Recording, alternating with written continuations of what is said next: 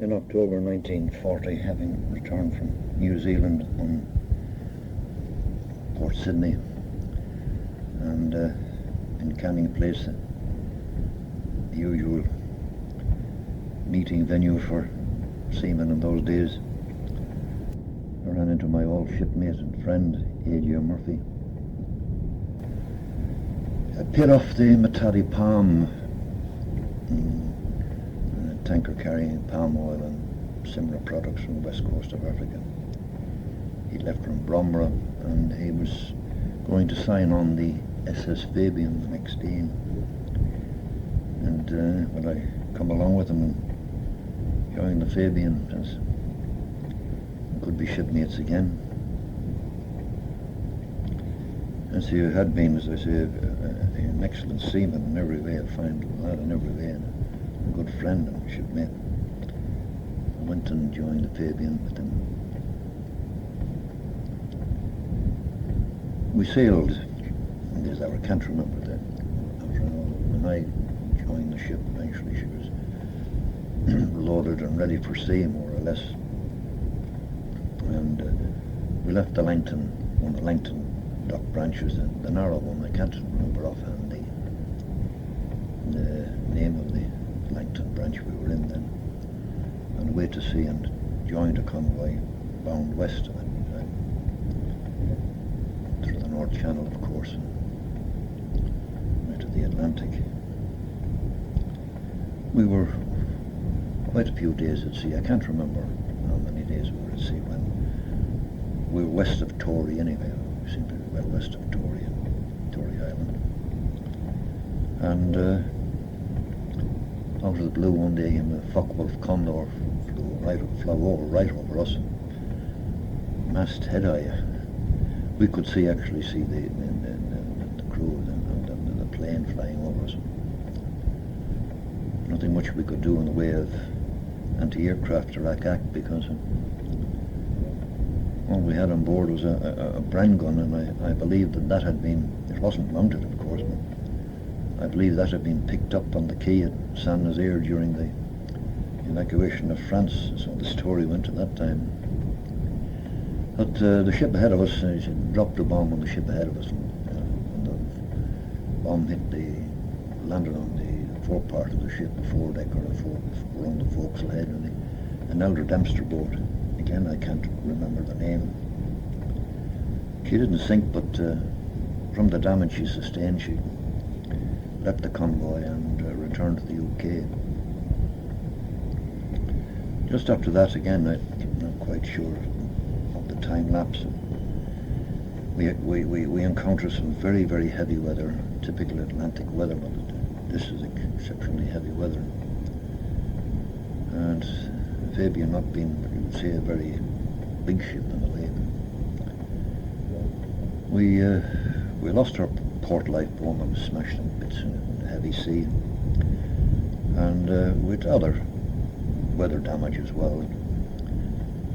The most serious thing, of course, was that the spurling pipes on the forecastle head, the anchor spurling pipes, they stove in and flooded the chain lockers and the forepeak spaces. But whether we left the convoy then or later on, I can't remember again, but I do know that when we dispersed, we had our southerly course. And of course, the main job would be worked at and some hours at on watch and off watch, and clearing out the forepeak and getting the water out of the chain lockers and clearing up forward. We finally finished this on a Saturday morning, and it seems ironic now when I look back over that, getting all the water out of the forepart of the ship, clearing it up, etc. We were torpedoed in the afternoon. I'll try to record the experience, that particular experience, to the best of my ability. I had there in the middle afternoon watch, a on my way to relieve the wheel at 2 o'clock. Met my old friend AJ and A Shing, our second steward, Liverpool Chinese second steward, another great shipmate, by the way, nice, really, another really nice guy too, great guy in every way, both in his work and in his companionship. The three of us were, I would say, fairly friendly. And I spoke to them for a short while and then onto the bridge and relieved the wheel. Couldn't have been very long on the bridge when we were torpedoed. And I always remember saying to when it occurred, saying to our second officer, Mr. Tyrrell from Arklow, well-known Arklow family, by the way, the Tyrrells, seafaring family and shipbuilding, etc., ship owners in latter days. And like all Arklow, well, most Arklow seamen, he was, of course, an excellent man, and he was, as a seafarer, I would say, excellent in every way. And to get back to the period when we were torpedoed, I said, what the bloody hell is that? And he looked around and he said, we've been bloody well torpedoed, get moving quick. So, as he told me to do was to check the after accommodation, see everybody was clear. It didn't take me very long to do that, but I grabbed my own life jacket on the way on deck again, as I hadn't taken it on much with me. Coming along the after deck, I noticed that the starboard raft, emergency raft, if they could be called that, and in those days they were constructed of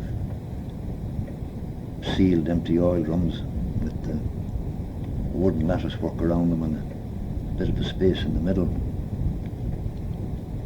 I noticed that had gone up the main rigging aft, starboard main rigging. One of the boat deck hands went to clear the falls, lifeboat lower than the starboard lifeboat. And I picked up a shoe with an ankle, part of the calf, part of the leg in the shoe, and just clearing the fall away and thinking anything, I just threw it over the side, and then realised that the shoe was AJ's or Spuds Murphy's foot that I had dumped unceremoniously over the side.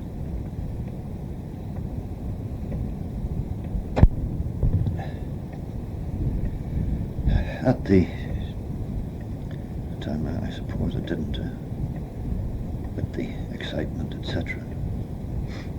The order has been given, one thing or another, carrying out what I had to do. But later on, now when I look back over it, I view it with, I must say, some remorse and very difficult to explain it. We lowered the boat, and I remember that the last one to leave the ship and get into the boat was our young Sparks, or young radio officer, Marconi man, as they were referred to as well. He was a young Dublin lad as well, perhaps,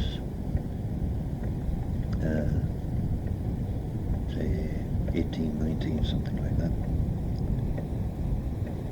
And he had sent the usual SSS message, and I don't know whether he sent a position or not, but I do know from later conversations that he jammed the key down and then made his way for the lifeboat and was last aboard. We pulled away from the ship and were laying off. And this time she was starting to settle, seemed to appear bodily, it was, when we had the nasty experience of a shell passing right over us.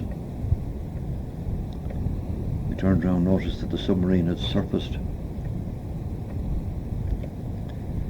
And our first thoughts were that he was beginning to shell us.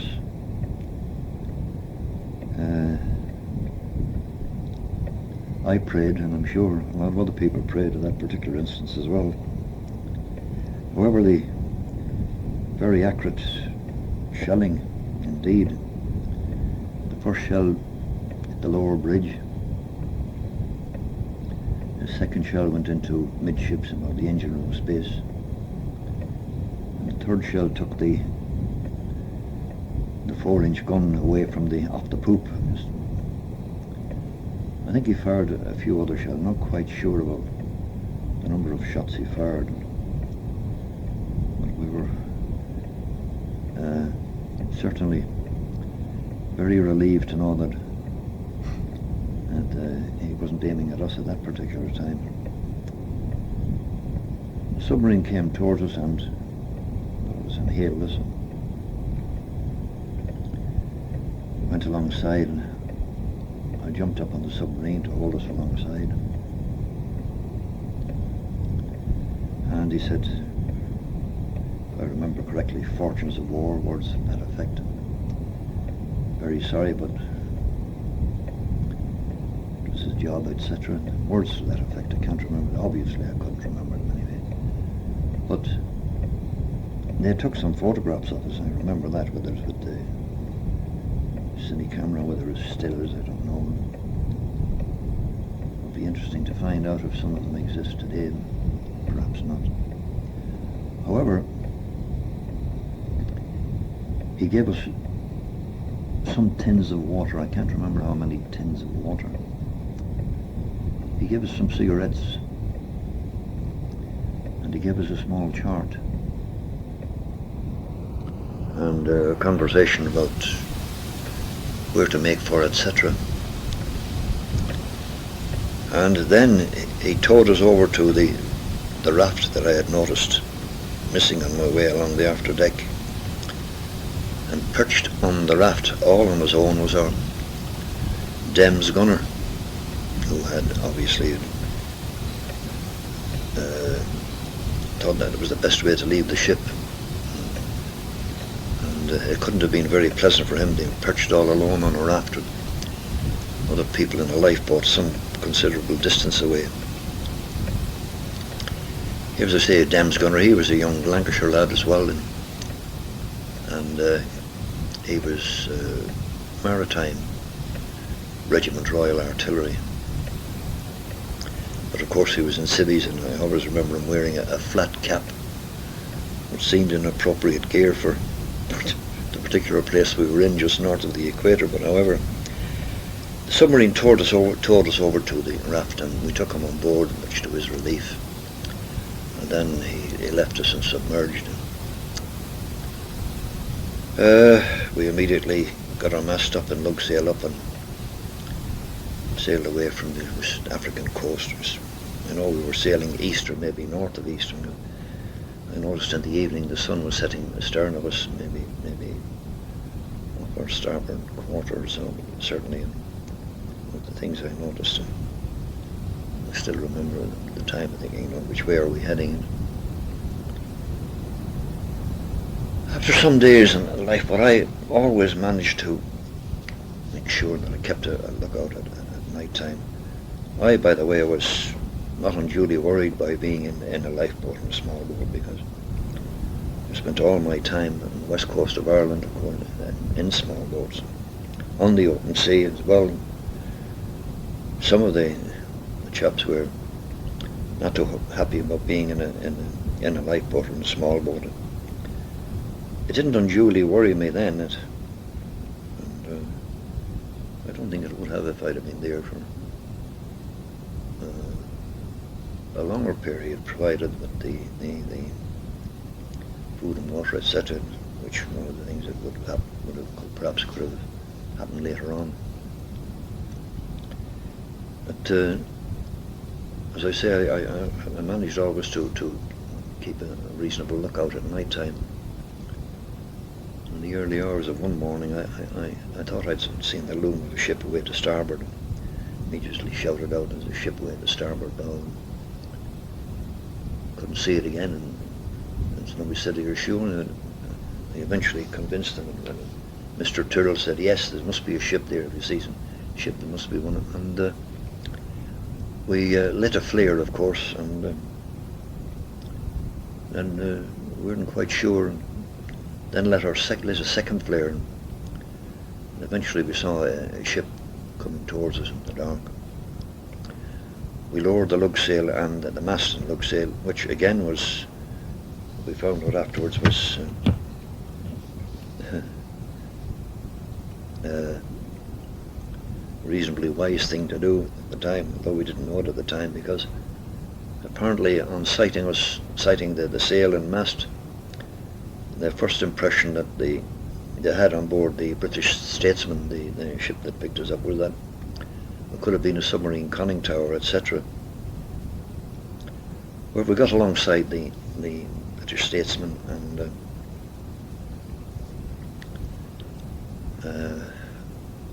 remember, when everybody bored, I pulled the plug out and I hacked away the axe around the plug to make sure the lifeboat submerged sufficiently, or it's not that couldn't have anybody coming across her, floating anyway. We, aboard a tanker, we were, of course the officers went to the accommodation aft, but we were under the forecastle head and a forepeak space there, rear deck, of course. But those of us who had life jackets found they were useful as pillows. The crew weren't having a very pleasant time, because on the way from the Persian Gulf they apparently had, I wouldn't say it was dysentery so much as diarrhea, and I know that those of them we spoke to weren't feeling too good at the time. We arrived after some time again, a time lapse, I can't remember the times. We arrived in Freetown, Sierra Leone, went ashore there, and then on to the HMS Edinburgh Castle, an old Union Castle ship, and then the Naval Depot ship in Freetown. And again we're sleeping on the deck, and the Edinburgh Castle, sleeping on the deck there was an experience, because there were quite a few Bombay joys where we were. Now, any old seaman will know what a Bombay joy is: a large tropical cockroach who have a penchant for eating the hard skin on your toes and feet. And sleeping on the deck, it could be unpleasant at times. I believe that after the war, that when the war finished, that they took her out from Freetown and either scuttled her or sank her by gunfire off the African coast, because apparently it wouldn't be feasible to put her back into service. She was so infested with various bugs, I suppose, or something similar. That's the story that after years that I'm told. Perhaps it's true, I don't know. From there I came home as a DBS on, I think it was the Port Lincoln, certainly a Port Line ship. And on convoy we were, of course, we were on lookouts, and believe you me, I was a very diligent lookout man on the times that I was on watch. Arrived at the tail of the bank, and we landed at Gourock. And I also remember that on landing at Gourock there was a a lady there, well-dressed, well-spoken lady, who, on survivors coming in, on all of us that landed there, she handed each of us a 10-shilling note and wished us well. I don't know if any other people experienced this or not, but those of us who landed at that in December of that year,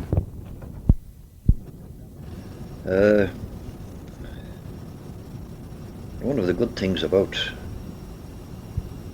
the only thing I could say that how people thought of merchant seamen in those days, we weren't well thought of even up to later years in the war. I certainly remember that, and now when I look back with it, it's certain with gratitude and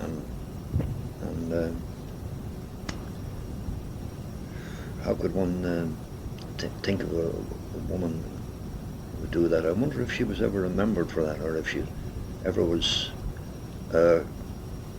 received any commendation whatsoever for the good work that she did in that particular period. Anyway, I would like to think so. We arrived in St. Enoch Station in Glasgow. A rather bedraggled lot, if I may say so, those of us who were there in various ships. Then with the experience of not being able to have a cup of tea in the canteen because we were improperly dressed, I think was the term that was used. And it took the good offices of a big heeling policeman to sort things out for us and to make sure that we were at least treated humanely, I think would be the term I better use. From there, by train to Liverpool, another not very pleasant experience, because we were held up for a considerable number of hours north of Carlisle or Lancaster with very heavy snow. And of course the trains in those days were absolutely crowded with servicemen. It's everybody, people travelling, and they're not very pleasant. But myself and one of the other chaps were rather lucky, because we were friendly with a naval PO who had some sippers stowed away, and we had an odd tot or two from him, which helped us on the way to Liverpool. We arrived eventually in Exchange Station, and from there to the sailor's home, where we were issued with the survivor's suit, I think they call them. Hard to describe the material, if one could. Certainly the colour was nothing to boast about. The one that I was given was, I think the colour could be best described as like something like dirty snow. It couldn't be grey and it couldn't be white. However, having friends in Liverpool, I managed to get some money and get myself out with something decent. At this point I might also mention that if people today would even think about it, but our pay stopped from the day we were torpedoed. We didn't receive any money for the time we were making our way back to the United Kingdom, which is some time, of course. Nor did we receive any compensation for losing our gear and clothes, etc. I wonder what our union-minded brothers would think of that in this day and age.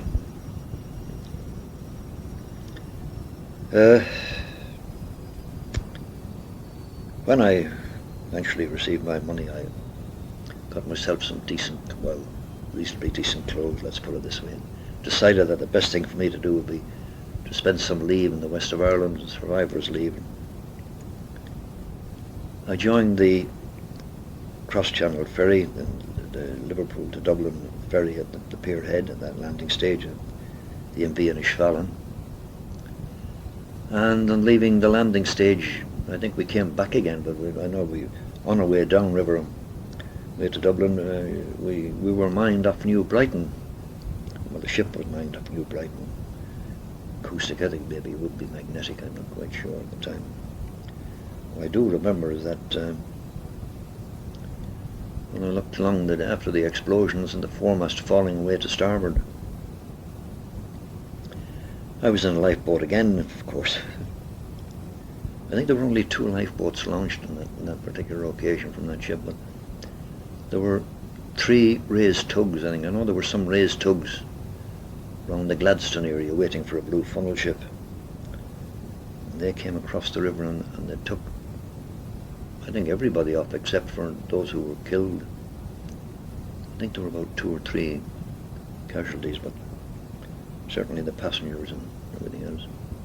I, of course, in a lifeboat, my inclination as a seaman was for the lifeboat. And the one I was in, we were way down the river somewhere in the ebb tide when we were picked up by a tug and towed back to the landing stage. A coincidence about that lifeboat for me actually was that 2 of the officers in the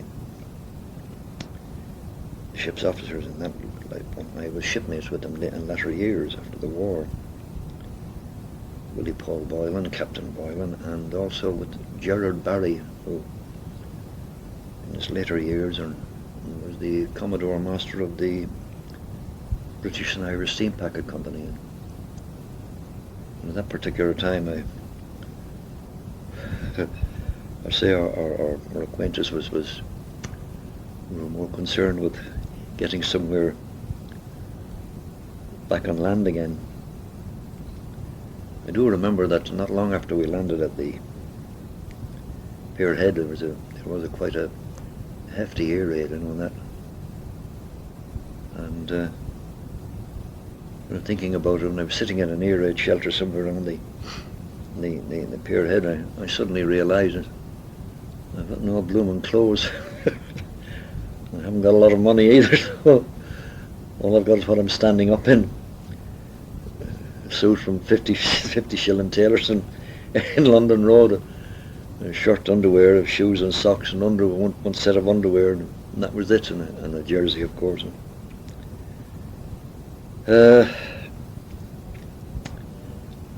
Thinking then that perhaps it was better off away from the Irish Sea. I signed on again in January. I think I sailed again. I think it was in about the 1st or 2nd week in January. Way to sea again. That's another story.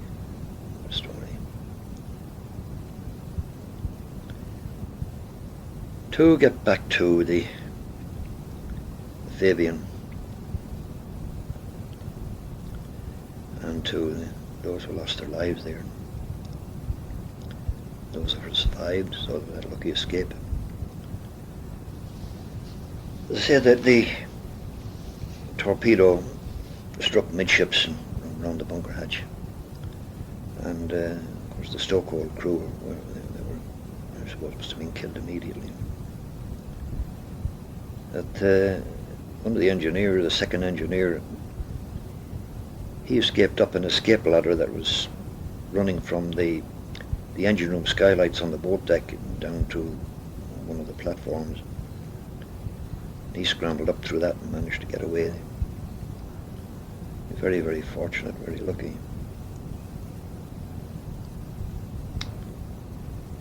AJ, my friend, even now I still remember him. That a fine young man like that, and also Andy Shin, our second steward. I still think of them.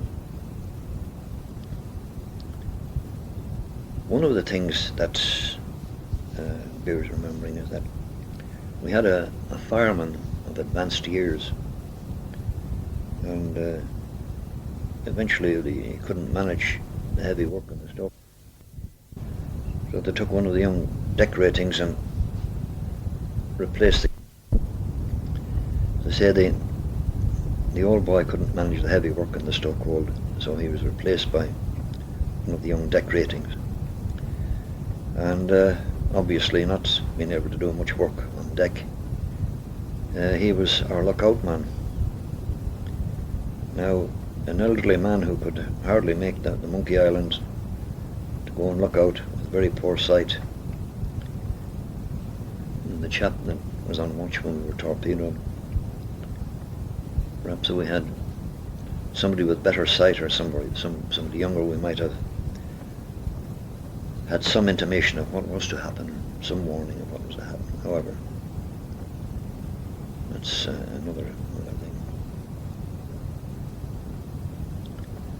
When I make one of my infrequent visits to London, not very often now, though I don't go, haven't been for quite a few years now, getting a bit long on the tooth for days like that, but I always make a point of going to the Merchant Navy Memorial in Tower Hill, and I go and pay my respects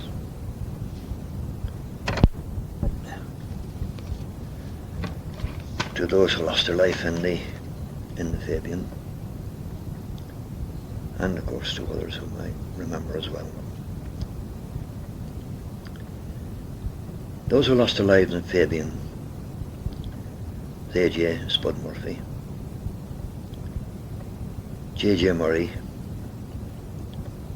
A. Shing, D. Smith, G. Spiteri or Maltese donkeyman, and T. Whittingham.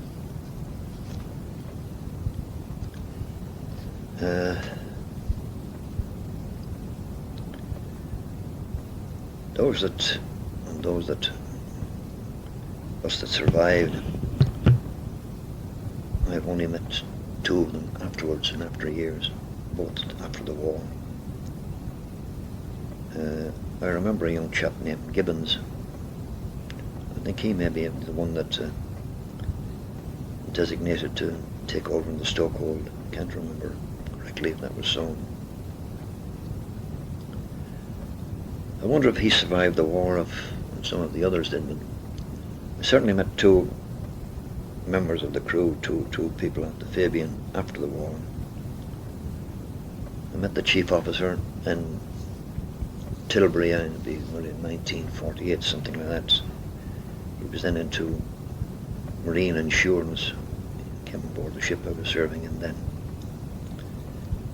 And another chap, Fitzpatrick, a Liverpool chap, much older than me at the time. When I met him, he was working as a docker then in Liverpool after the war. I can't remember the year. I thought perhaps during the Battle of the Atlantic Commemoration Week that I might have met somebody else from that particular ship, but maybe they're possibly all had passed away by now, I wouldn't know. I often think, did they survive the war or not? Maybe we weren't all as lucky as I was and the two chaps I've mentioned. I don't know.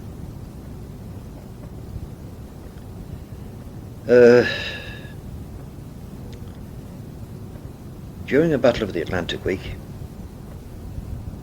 meeting you, Tony, was certainly an experience. And how do people like me thank you and your colleagues for the excellent work you did during that week?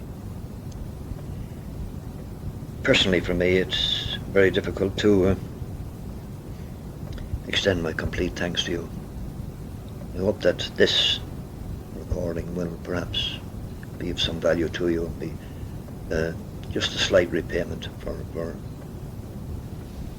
what you did for me and for many, many others.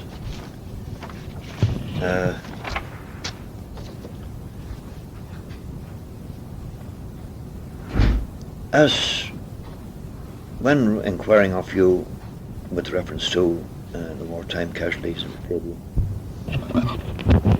I became interested in U-65 and decided to do a little more research to see if I could eventually find out something about her active service, etc., and discovered through various publications and one thing or another that on that particular cruise of her, that was from, say, October, November 40 to January 41, she actually sank 8 ships in that cruise, including on the 15th of the 11th 40 Koh-i-Noor, and a Norwegian tanker, the Havbor. That was 250 miles north of the equator. Then the next day she sank Fabian in 249 north and 1529 west. Torpedoed the British Zeal on Christmas Day, the 25th of the 1240, and sank the British Premier 200 miles off Freetown, and also sank the Nalgora on the 2nd of the 1st 41 in 2224 north and 2111 west. It's interesting to note that Nalgora was the first ship to be sunk by enemy action in 1941. A U-65 also torpedoed Clanall Ogilvie on the 30th of the 6th 40, and in September 1940, with the Wolfpack attack on convoy HX-71 by U-65, U-47, U-99, of course, Otto Kretschmer, U-43 and U-48. 11 ships were sunk by this group in a very, very short time, I think a matter of 7 hours or something like that. The eventual demise of U-65 under the command of Captain Lieutenant Hans Gerrit von Stockenhausen. But on the 28th of the 4th, 1941, south of Iceland, 60 degrees west, she was sunk on the service by H.M. Gladiolus when attacking convoy HX-121. Of the 14 months she was on active service, and that was from the 2nd 1940 to the 4th 41, she had sunk 14 ships.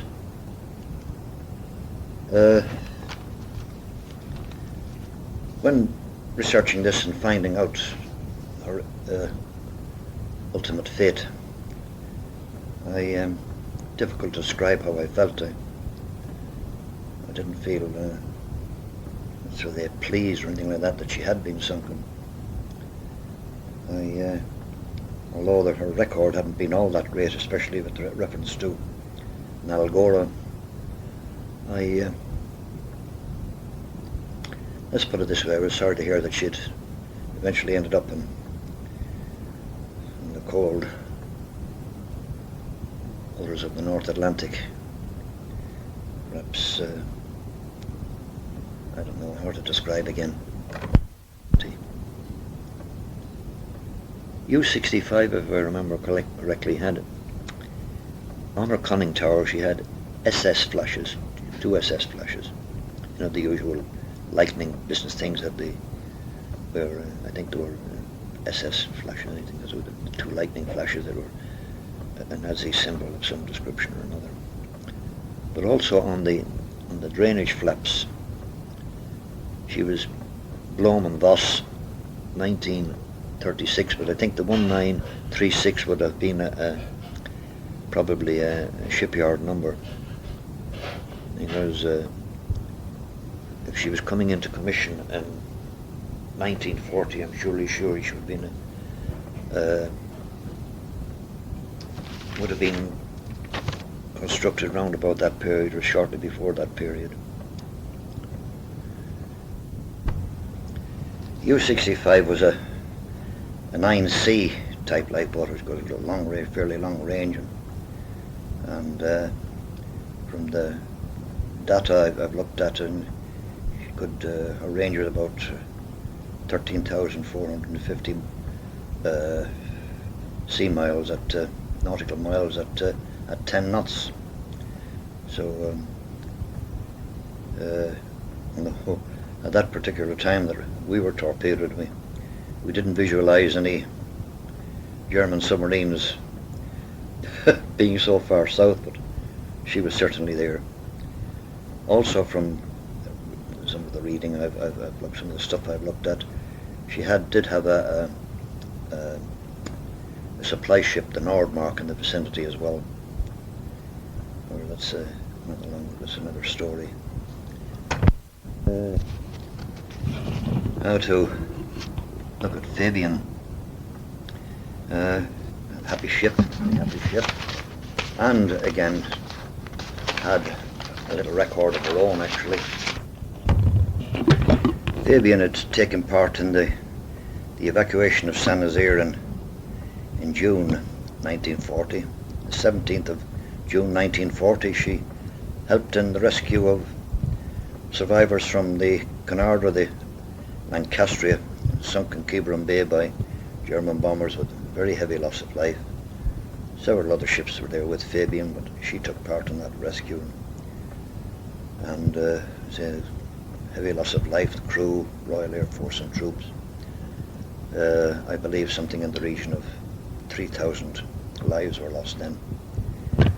Those who were there, that were on the Fabian, we were there, didn't talk a lot about it, but it was one of the experiences they didn't want to remember very much. And appreciate how they felt then.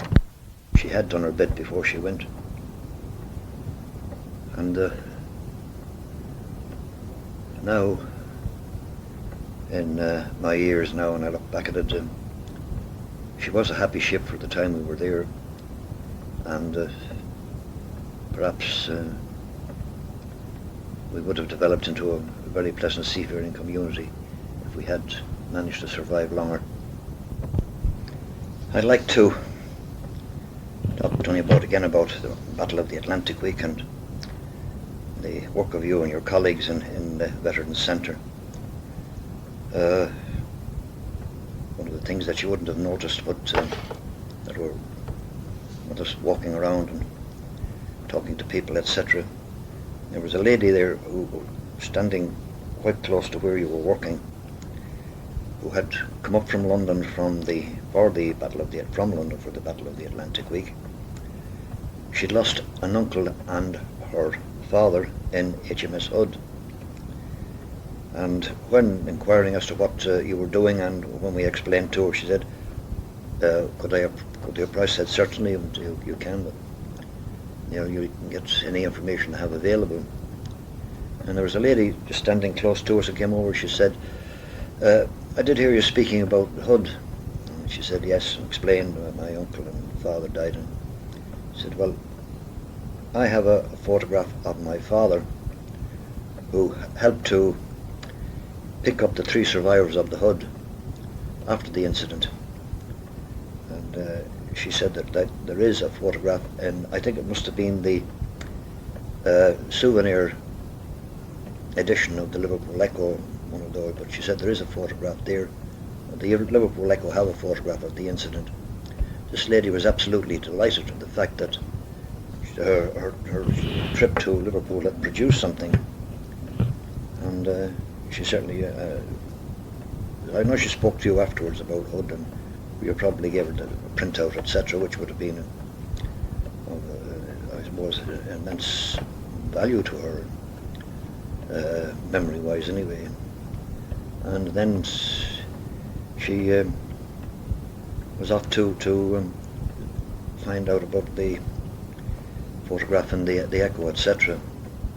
I do know that one of those survivors, speaking afterwards to a friend of mine, round about that particular period, about the Battle of the Atlantic Week, or BOA Week as we call it now, and I mentioned this to him, and he said, oh yes, he said one of the survivors lived in South Liverpool, but had passed away a few years ago. But that I'm not quite sure of either, but it just shows that what you were doing there, what you and your colleagues were doing, brought people together, and how it certainly put little, well, maybe brought back some memories, not pleasant perhaps, but something to remember.